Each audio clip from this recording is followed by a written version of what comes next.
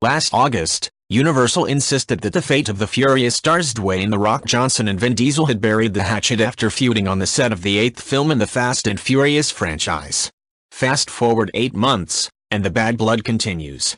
Sources say the two tough guy actors are being kept from one another as the Fast team continues its press tour in the run-up to the Gray-helmed film hitting theaters April 14th. They're keeping them separated as much as possible, says an insider.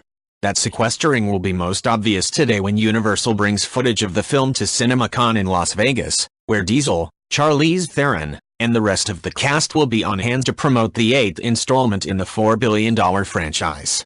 That is minus Johnson, who is already back on the set of Ballers in Miami. But just 12 hours earlier, Johnson was in Las Vegas, participating in Paramount's Baywatch presentation at CinemaCon. And Monday night, he introduced Sony's Jumanji at the high-profile exhibition showcase. Universal downplayed any simmering tensions and said the two actors simply have been on different continents throughout the tour. But sources say that the CinemaCon scheduling could have been easily accommodated. The beef dates back to the waning days of the 100-day Atlanta shoot when the frequently tardy Diesel arrived late for his final scene with Johnson, prompting Johnson to vent about his co-star on Facebook, where he wrote cryptically, "My female co-stars are always amazing, and I love them.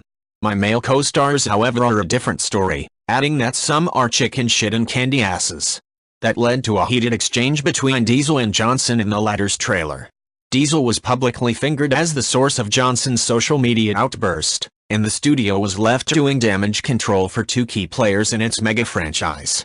Diesel is the indispensable part of the franchise, having been with it since its first outing in 2001. 2 more installments are already in the works. But Johnson is arguably the bigger star, having solidified his status as one of Hollywood's biggest box office draws.